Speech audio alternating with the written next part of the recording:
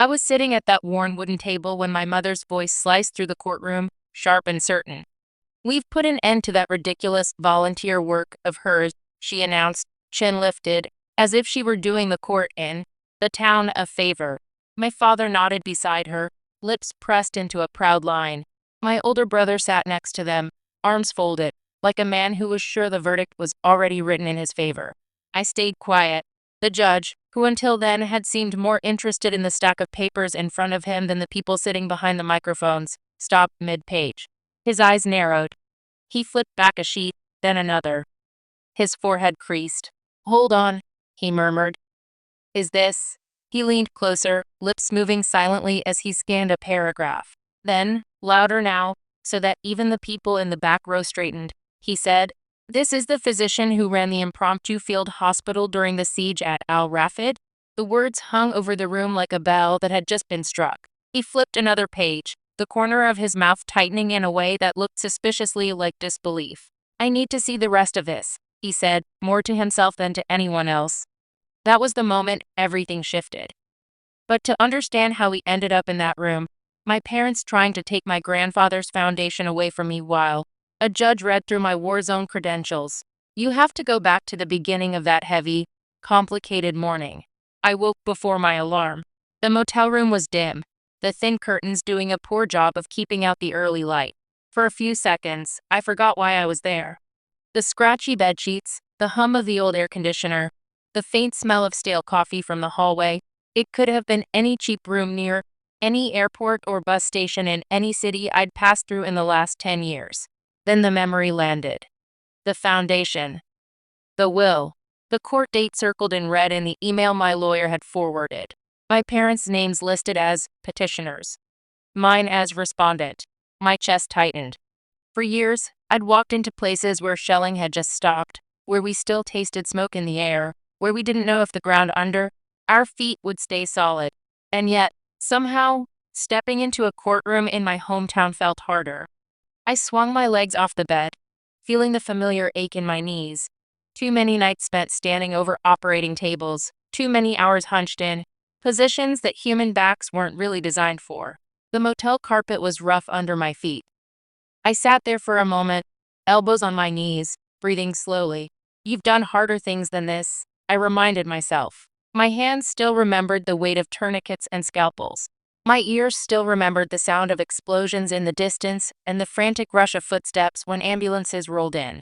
I'd held pressure on wounds while mortar fire landed closer than anyone should ever stand. But this was my family.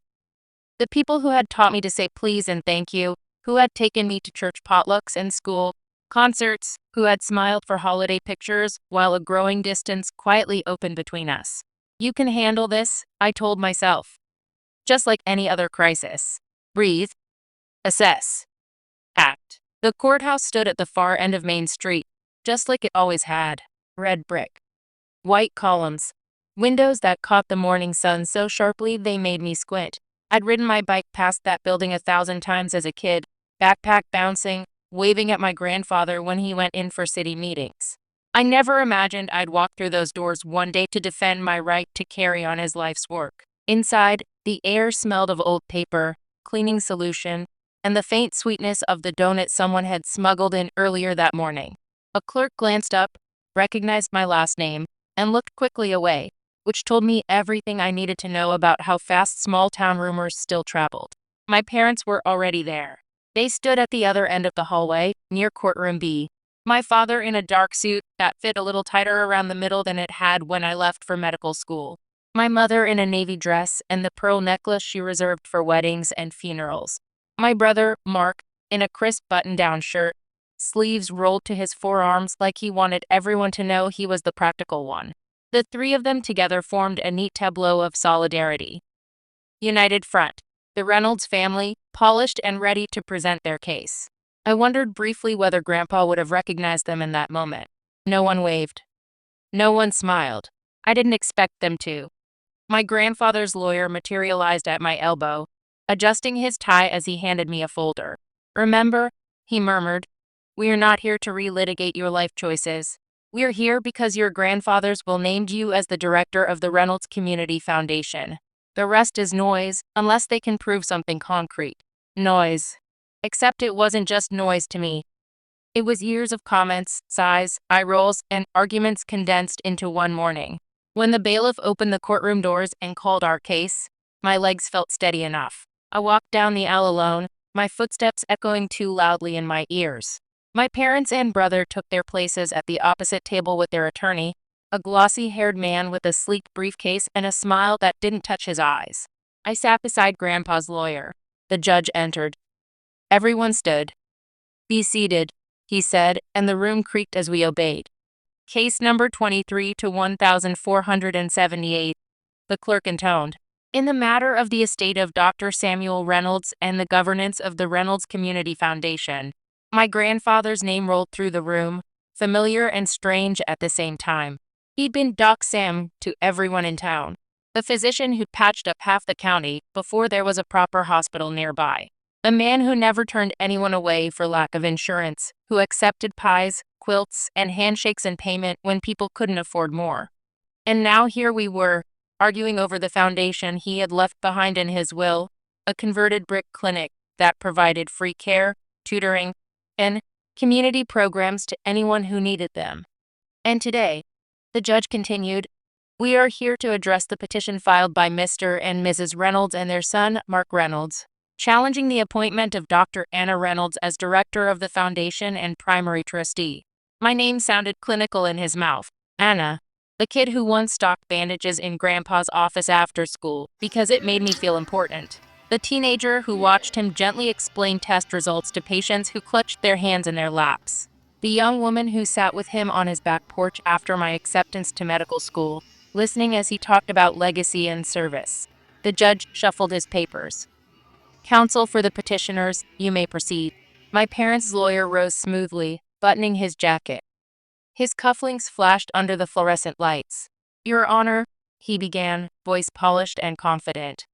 This case is not about disrespecting the wishes of the late Dr. Reynolds. It is about ensuring those wishes are carried out responsibly. My clients are gravely concerned that their daughter, while undoubtedly talented, is currently unfit to manage a multi-million-dollar foundation that serves vulnerable members of this community. I felt my jaw tighten. Unfit. He flipped through his notes. For over a decade, Dr. Reynolds has lived an itinerant lifestyle, disappearing for months at a time to undisclosed locations overseas. She has no permanent residence here, no stable presence in town. She has refused to provide her family with basic information about her employment, her income, or even the organizations she claims to work for. My clients have every reason to believe that the so-called volunteer work she does puts her in unsafe, unstable environments and exposes her to influences not suited for the leader of a reputable foundation. Influences. I kept my eyes on the table, fingers pressed lightly together. He went on, layering concern over insult like frosting on a sour cake. They fear the foundation will be neglected, mismanaged, or used to support causes that do not align with Dr. Reynolds' grandfather's values. They are not here out of spite, Your Honor. They are here out of duty. Duty. The word thudded against my ribs. When he finished his opening, he turned to my father. Mr. Reynolds, would you please explain to the court, in your own words, why you believe your daughter is not suited for this responsibility? My father walked to the witness stand with the stiff posture of a man who had spent his life being told to stand up straight and never quite learned how to relax. He raised his right hand, swore his oath, and sat. He looked older than I remembered. But the set of his jaw was the same as when he told me, at 17, that I was being foolish. I'm not saying Anna is a bad person, he began. She's smart, always has been. But she's lost. For years now. The lawyer nodded encouragingly. How so? She left, my father said simply. She went to med school, sure. We were proud of that. We thought she'd come back, join a hospital, maybe even take over Dad's clinic someday. But she didn't. Instead, she started chasing these missions. He almost spat the word. Flying to countries we can't even pronounce, living in tents, staying gone for months or years. She'd send an email here and there. No details. No phone number half the time.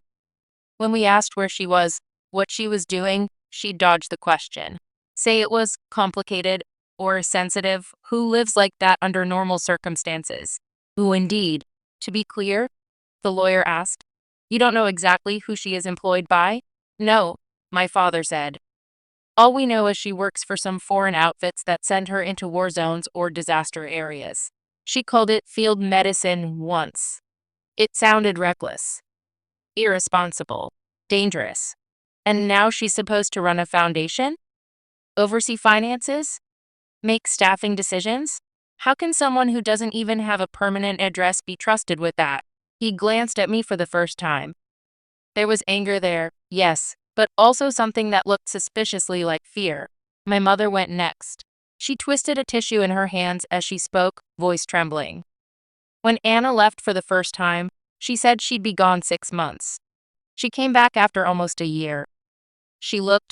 My mother's breath hitched. She looked thinner, tired, harder. We asked what happened. She said it was just busy. That's all. Just busy. She wouldn't tell us where she'd been, who she'd been with, what she'd seen. Her eyes shone with tears that, for a moment, made my chest ache. I thought. She swallowed. I thought maybe she'd gotten mixed up in something. A cult, a group that pretended to help but really exploited people. When someone won't tell their own mother what they do all day, what are we supposed to think? The lawyer pounced. And how did that affect your relationship with her? She drifted further and further away, my mother said. No calls on Christmas some years. A 2-line email on my 60th birthday. Sorry I can't call, Mom. Internet is spotty. That was it. And now Dad's whole legacy, his clinic, his foundation, it's in her hands. It feels wrong. Mark's testimony was angrier. I was here, he said, crossing his arms.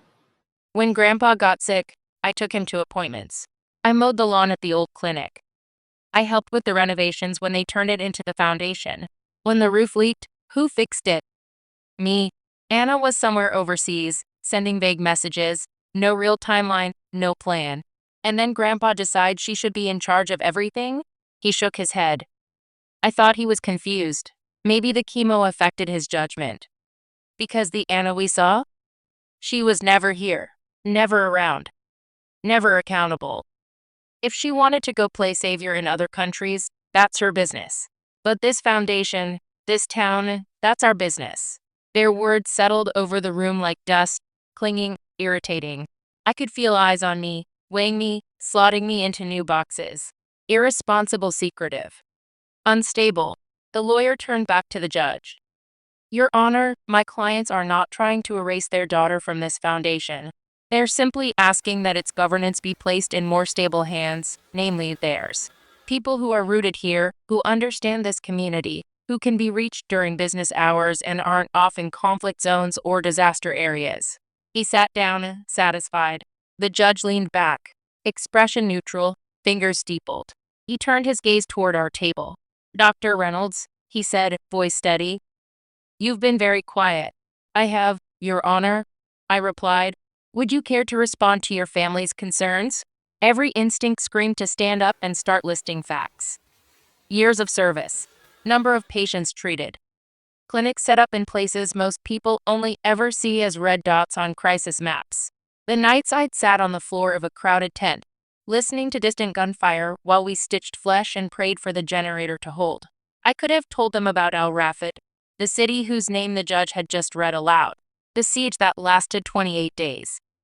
The day the hospital took a direct hit, and we turned what was left of a school into a makeshift surgical ward. I could have told them about the children who clung to my sleeve, the mothers who kissed my hands, the colleagues who didn't survive. But I didn't. I drew a slow breath. My employment history and professional credentials should be in the file in front of you, Your Honor, I said. Some of the details may be redacted, but the organizations are named. I'm willing to answer any questions you have that don't violate patient confidentiality or security agreements. But I'm not here to fight over feelings. I'm here because my grandfather made a choice. He put it in writing. The judge studied me for a moment, something like respect flickering in his eyes. Then he flipped open the thick manila folder on his desk. At first, his face remained impassive as he skimmed the summary page, the basic information every doctor has in a credentialing packet: medical school, residency, board certification. Then he turned to the attachments. The room was so quiet I could hear the faint tick of the clock above the door. He read the first letter, a typed page with a logo I knew by heart, signed by the director of an international medical no. His eyebrows rose slightly. He read the second, this one on United Nations letterhead, referencing a task force on emergency health response in conflict zones. His mouth thinned in a small, surprised, "Oh." He kept reading. With each page, his expression shifted. Curiosity, surprise, and then something heavier. "Dr. Reynolds," he said at last, tapping a section with his pen. "According to this, you've led multiple field hospitals in active war zones over the last decade." "Yes, Your Honor." He turned another page. "You received the Global Humanitarian Medal 2 years ago." My parents stiffened. "It's a civilian award," I said quietly. "For medical professionals in crisis zones." His eyes moved further down. "And this incident." He squinted at the dense paragraph of text. "This refers to the siege of Al Rafid, correct? The one widely reported in the international press?" "Yes, Your Honor." He read aloud, voice flattening to keep the emotion from it. "Under continuous shelling and despite direct damage to the primary hospital, Dr. Reynolds coordinated the rapid conversion of a partially destroyed school building into an emergency triage and surgical center, treating over 300 patients in 10 days with limited supplies and staff." A murmur rippled through the courtroom. He continued, "Her actions directly contributed to the survival of dozens of critically injured civilians and local staff. On 2 occasions, she declined evacuation in order to maintain continuity of care." He stopped, looked up at me, looked at my parents. "Did you know this?" he asked them. My mother's lips parted. She never told us," she whispered. My father stared as if the ink on the page were personally betraying him. "That can't be right," he said weakly. "She would have said something." Would I, though? I thought of the last phone call I'd had with them before Al Rafid. My mother crying, begging me to come home. My father accusing me of running away from real life. Mark saying, "You're addicted to chaos, you know that?" I had learned, over time, that some stories were too heavy to hand to people who would only see them as ammunition. The judge flipped to another letter. "This is from the World Health Organization," he said calmly. "We commend Dr. Reynolds for her leadership in coordinating cholera containment protocols in 3 refugee camps." He set the pages down, exhaled, and looked at my parents' lawyer. "Counselor," he said, his voice sharper now, "your petition paints Dr. Reynolds as unstable, secretive, and irresponsible. The record in front of me describes a physician with extraordinary experience in crisis management, logistics, and service to vulnerable populations. These are precisely the qualities one would want in the director of a community foundation, are they not?" The lawyer shifted uncomfortably. "Your Honor, my clients were not aware." "That much is clear," the judge cut in. He adjusted his glasses, eyes returning to the file. "In fact, in all my years on this bench, I cannot recall a case where the gap between a family's perception of someone and the documented reality of that person's life was quite this large." The words landed like small, controlled detonations. My mother began to cry, small, shocked sounds she tried to stifle with her tissue. My father's shoulders slumped as if someone had quietly removed a support beam from inside him. Mark looked at me as though I'd suddenly grown into someone who had been there all along what he refused to see. "Dr. Reynolds," the judge said, "one question for the record. Why didn't you tell your family about any of this?" The question hit harder than any mortar blast I'd heard. I thought about the day Grandpa had given me his blessing. I'd been 17, sitting on the back steps of his bungalow with a stack of brochures in my lap. Medical schools, volunteer programs, photos of smiling doctors in villages around the world. "You're quiet," he'd observed, settling beside me with a mug of coffee. "I'm thinking," I'd said. "About leaving," he responded, not as a question. I'd nodded. He'd watched me for a long moment, eyes soft. "This town is small," he'd said. "Beautiful in its way, but small. You? You're not built for small. You're built for places that don't know they need you yet." I'd swallowed hard. "Mom and Dad want me to come back here after school," I'd whispered. "They think anything else is reckless. They want you safe," he'd replied. "Parents often mistake safety for smallness." They forget you can't grow without a little risk.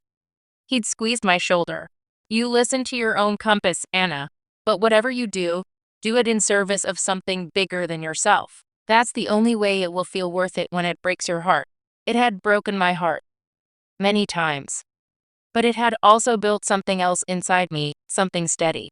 I came back to the present, to the courtroom, to the judge's expectant gaze, to my family's stunned faces. They never wanted to hear it, I said finally, my voice steady but soft. Not really. When I tried to talk about going overseas, they called it a phase. When I sent pictures from clinics, they focused on how dirty everything looked instead of the people we were helping. When I mentioned staying after my original contract ended, they said I was addicted to danger. I lifted my eyes to meet the judges. At some point, I realized telling them the details of my work didn't bring us closer.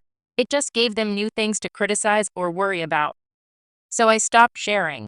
I kept my stories for people who understood what they meant. My mother made a small, wounded sound. The judge nodded slowly. Thank you, Dr. Reynolds. He looked back at my parents.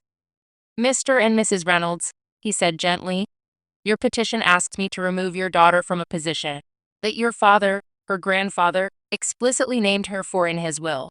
You claim she is unfit. There is nothing in this record to support that claim. On the contrary, there is abundant evidence of her capacity to handle emergencies, logistics, and human beings in extremely difficult circumstances. My father opened his mouth. But, Your Honor, we didn't know. I understand that, the judge replied. But your lack of knowledge is not evidence of her incapacity. It is evidence of a breakdown in your relationship. That is not something this court can fix. He closed the file gently, as if it contained something fragile. We're going to take a brief recess, he announced. I'd like time to review a few of the classified attachments in chambers. We will reconvene in 30 minutes. The bailiff called for everyone to rise. For a moment, no one moved. It was as if the entire room had been knocked slightly off its axis and was still deciding how to spin again. Then benches creaked, people stood, and the murmur of conversation resumed. My parents stayed seated longer than anyone else. They stared at me like they were seeing a stranger. Or maybe like they were finally seeing the person I'd been, just out of their line of sight, all along. I walked out into the hallway, the air cooler there. A long window overlooked the parking lot, its glass slightly warped from age. As a kid, I used to stand there and press my nose against it, watching the world distort around the edges. Now I stood a few feet back, arms folded loosely, letting the quiet wrap around me. The door behind me opened. I didn't turn. Anna? My name sounded different in my father's mouth now. Less certain. He came to stand beside me, hands shoved into his pockets. For a moment, we simply watched cars move in and out of the lot, the maple trees along the sidewalk shedding leaves in lazy spirals. When you were little, he said at last, you used to stand right here. You'd say the world looked different through the glass. Bigger somehow. A faint smile tugged at my lips. I remember. I didn't, he admitted. Not until just now, but seeing you standing here again. He shook his head. I always thought you were restless. I was, I said. I am. I thought you were running away from us, he continued, voice thinning. From this town. From responsibility. I had no idea you were running toward that. He gestured vaguely toward the courtroom, toward the file that held my deployments and commendations. You could have asked, I said softly. It wasn't an accusation, exactly. More an observation that had sat in my chest for years. His shoulders slumped. I know, he whispered. I should have. Instead, I decided I already knew the answer. My mother approached us, clutching her purse like a life raft. Her mascara had smudged in faint gray tracks beneath her eyes.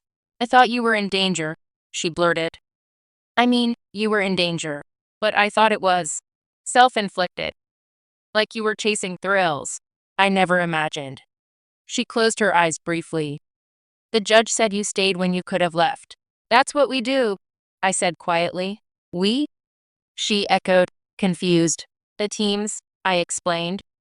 Doctors, nurses, techs, local staff. We don't just walk away because things get hard. She looked down at her hands. They were trembling. I prayed for you, she said suddenly. Every night. I prayed you'd come to your senses. I prayed you'd come home. I never once prayed that you'd be strong enough to handle what you were facing there, because I refused to imagine what there really meant. Her voice broke. I am so ashamed of that. The word hung between us, edged and raw. Mark joined us, leaning against the opposite wall, arms folded. He stared at the floor for a long moment before speaking. Global Humanitarian Medal, he muttered. Al Rafid, WHO Task Forces. He let out a short, disbelieving laugh. I spent years telling myself you were irresponsible. You know that? That I was the one doing the real work. Staying here, mowing Grandpa's lawn, helping with the foundation's paint job. You did help, I said. That mattered. He shook his head. Maybe, but I used it like a weapon. I'm the responsible child. I liked that story about myself. And it only worked if I made you the opposite. Silence settled over us, not the brittle, judgmental kind that had defined so many of our past dinners, but something more tentative. A silence that felt like a room waiting for furniture. I don't know how to fix this, Mark admitted. Any of it. You start by not pretending it doesn't hurt, I said. And then you keep showing up after you're embarrassed. That's the hard part. He huffed out a breath that might have been a laugh. You always did like hard things. I smiled faintly. Grandpa used to say the easy things are already taken. He nodded. That sounds like him. The bailiff's voice echoed down the hallway. Court will reconvene in 5 minutes. We walked back into the courtroom together. Not quite side by side, but not as far apart as before. When the judge took the bench again, his expression was more formal, but his eyes still held the weight of what he'd read. Thank you for your patience, he said. I've reviewed the additional materials in chambers. Given the nature of some of Dr. Reynolds' work and the security implications, I will not be reading everything into the record. But I have seen enough. He folded his hands. The petition before this court asks that Dr. Reynolds be removed as director and trustee of the Reynolds Community Foundation on the grounds of instability, absence, and lack of fitness. The evidence presented does not support that claim. On the contrary, it demonstrates that she has spent the last decade serving vulnerable populations under conditions far more demanding than any she is likely to face here. My mother's shoulders shook. Mark stared straight ahead. My father's jaw worked. The late Dr. Samuel Reynolds explicitly named his granddaughter, Dr. Anna Reynolds, as the director and primary trustee of his foundation. The judge continued. He did so with full knowledge of her chosen career. He did not consider her service a disqualification. In fact, according to this letter, he tapped the file. He considered it a primary qualification. My throat tightened. I remembered that letter. Grandpa had written it quietly and sent a copy to the lawyer. Just in case they struggle with this, he told me. Sometimes people need things in black and white. The judge looked at my parents. This court will not overturn a valid will simply because of misunderstandings within a family. The petition is denied. Dr. Reynolds remains director and trustee. The words settled over me like a weight and a release at the same time. But the judge wasn't finished. I will add this, he said, his voice softening slightly. It is painfully clear to me that this family has suffered not from malice, but from fear, assumptions, and an astonishing lack of honest conversation. That is beyond my jurisdiction. The law can determine who controls a foundation. It cannot heal the wounds that led you here. That work is yours. He glanced at me. All of yours. Then he picked up his gavel. Petition denied, he repeated. Court adjourned. The sharp crack of wood echoed through the room. People began to stand, to collect purses and briefcases, to whisper as they moved toward the doors. I caught a few glances from people who had known me as the quiet girl who helped Grandpa file charts on Saturdays. Their expressions had shifted. Respect. Curiosity. Maybe a bit of shame for whatever stories they'd believed. My parents didn't move right away. Neither did I. Eventually, my father turned toward me. His face looked like someone had erased a familiar sketch and left only outlines. Anna, he said, voice rough. Could we talk? Not here. I hesitated. It would have been so easy to say no, to walk out, head high, foundation secured, and leave them to sit with their regret. But I could almost feel Grandpa's hand on my shoulder. Okay, I said. We met later that evening at a diner on the edge of town. The same place Grandpa used to take me for grilled cheese and pie when I was little, after long days at the clinic. The neon sign flickered, casting the parking lot in hazy red and blue. Through the window, I saw them in a booth by the window, my mother's hands folded around a coffee cup. My father staring at the laminated menu like it contained answers. Mark flipping the sugar packets back and forth between his fingers. When I stepped inside, the door chime jingled. Heads turned. The waitress, a woman who had known me since I spilled milkshakes in that very room as a teenager, smiled faintly. "Sam would be proud of you, honey," she murmured as she handed me a menu I didn't really need. My mother looked up when I reached the table. Relief flashed across her face. "You came," she said. "I said I would," I answered. We ordered meatloaf and mashed potatoes mostly because it was what we used to get with Grandpa, and none of us had the energy to make new choices. For a while, we just ate, the clink of cutlery filling the space where old arguments used to live. My father spoke first. "When you left for the first time," he said, not looking at me, "I told your mother you'd be back within a year. I said you'd get whatever you needed to get out of your system. Then you'd come home, find a stable job, settle down." He took a sip of coffee. "Year after year, you didn't. And I decided that meant you were rejecting everything we taught you." He finally met my eyes. "Today, I realized you were living everything your grandfather taught you, and I chose not to see it because it scared me." I swallowed hard. "Danger scares parents," I said quietly. "I get that. It wasn't just the danger," he admitted. "It was the fact that you didn't need us. At least, that's how it felt. You were out there making life or death decisions, coordinating teams, saving lives. And we were here arguing about whose turn it was to bring potato salad to the church picnic. Every time you came home, you looked older. Not in your face, in your eyes. And I didn't know how to talk to you anymore, so I talked at you instead." My hands tightened around my glass. To hear him say it out loud, to name the thing I'd felt but never heard, something in my chest loosened and ached at the same time. "I should have asked more questions," he said. "Real questions. And not, 'When are you coming home?' But what was it like? How are you holding up? What do you need?" I thought I was protecting you by trying to pull you back here. I see now I was just protecting my comfort. He looked down at his plate. "I am sorry." The words were simple. Heavy. My mother dabbed at her eyes with a napkin. "I kept telling myself you didn't care," she whispered. "You missed Christmas, birthdays, anniversaries. I told myself that if you really loved us, you'd be here. I never stopped to think that maybe love looks different when you're trying not to bring the war back with you." "It wasn't just the war," I said. "It was the things I couldn't explain in a way that would make sense in this booth. The parents who handed me their children and looked at me like I was the last thin string holding them to the world. The colleagues who didn't make it home. I didn't want to lay that at your feet when you were already angry that I was gone." Mark let out a breath. "I owe you an apology too," he said. "I spent a lot of years believing a story about you that made me feel better about myself. That I was the grounded one, the dependable one. I thought you were chasing, I don't know, glory? Drama? Now I find out that while I was complaining about traffic and fixing the foundation's leaky sink, you were evacuating injured kids under fire." His voice cracked. "I feel like an idiot, a selfish, small idiot." "You were doing important things too," I said. "Someone needed to be here with Grandpa.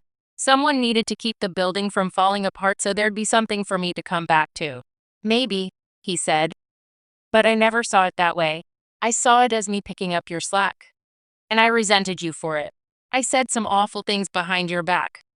I'm not proud of that." No one spoke for a long moment. The waitress refilled our water glasses, her eyes flicking between us with quiet curiosity. "I can't pretend none of this hurt," I said finally. "It did. It does. Listening to you try to convince a judge I'm unfit to manage the foundation.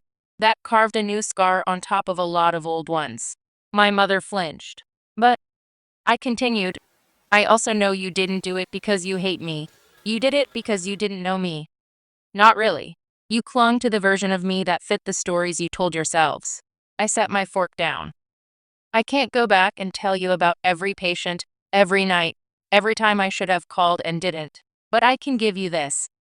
I'm willing to let you try again. To know me as I am, not as the kid you thought I'd stay. My father's shoulders sagged with something that looked like relief and grief mixed together. Thank you, he said. We stayed in that booth for almost 2 hours, picking at mashed potatoes that had gone cold, talking around, and then into the spaces we'd avoided for years. Not everything was resolved. Old patterns don't dissolve over one plate of meatloaf. But the air between us felt less poisonous, less thick with unspoken accusations. When we finally stepped out into the parking lot, the air had cooled. The neon sign buzzed faintly overhead. Will you stay long? My mother asked. I have to be back in 3 weeks, I said. New deployment. Different continent this time. Her face flickered with fear and something like acceptance. Will you send pictures? She asked. And not just of bombed buildings. Maybe of you and your team. Of the people you help. I want to see the world you live in. Even if it scares me. I can do that, I said. My father cleared his throat. About the foundation, he added awkwardly. I know it's yours to run, legally. But if you ever want help with the boring stuff, board meetings, budgets, whatever, I'd like to be useful. Not controlling.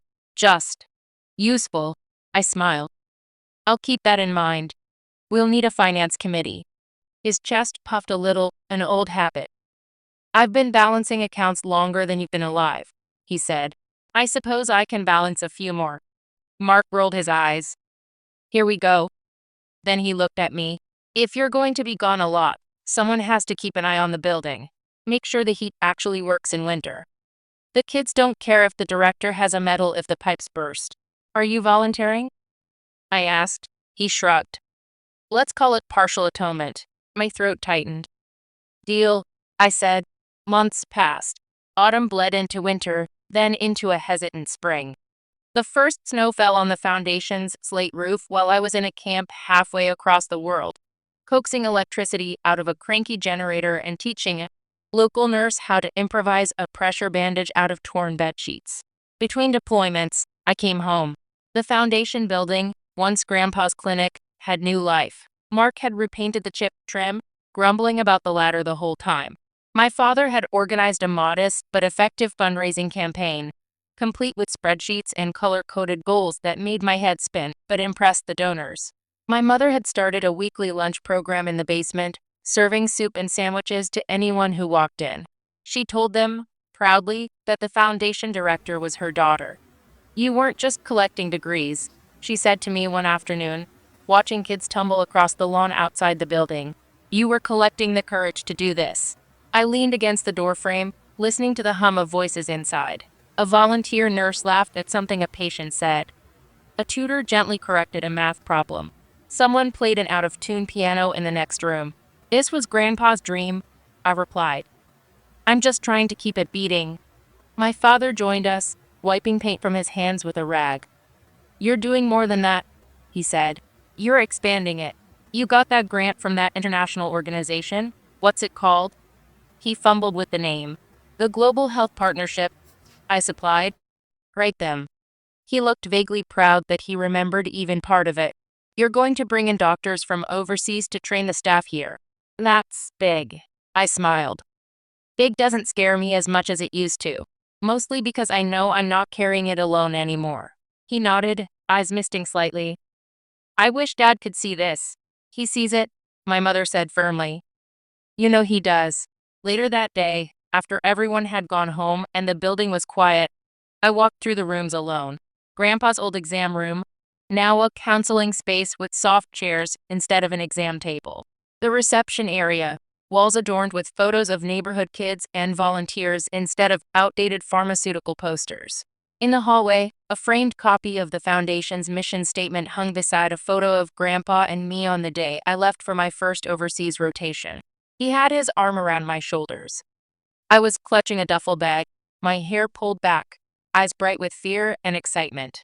Under the photo, in his handwriting, was a quote I'd never seen before. Service is just love with its sleeves rolled up. I felt something inside me settle. I stepped out onto the small porch. The evening air was cool, carrying the scent of freshly turned soil from the community garden plot beside the building. The sky was streaked with orange and purple. I thought of Al Rafid, of the boy whose leg we saved and the woman whose hand I held when we couldn't do more. I thought of the generator that coughed to life at the last second, of my colleagues' faces under dust masks, of the way we all moved like a single organism when the injured arrived. I thought of my parents sitting in that courtroom, insisting they were just trying to protect a legacy they didn't understand, of the judge reading my record aloud, of the way my father's pride had cracked at the edges. Forgiveness, I'd learned, wasn't a medal you pinned on yourself one day. It was a series of small choices, over and over.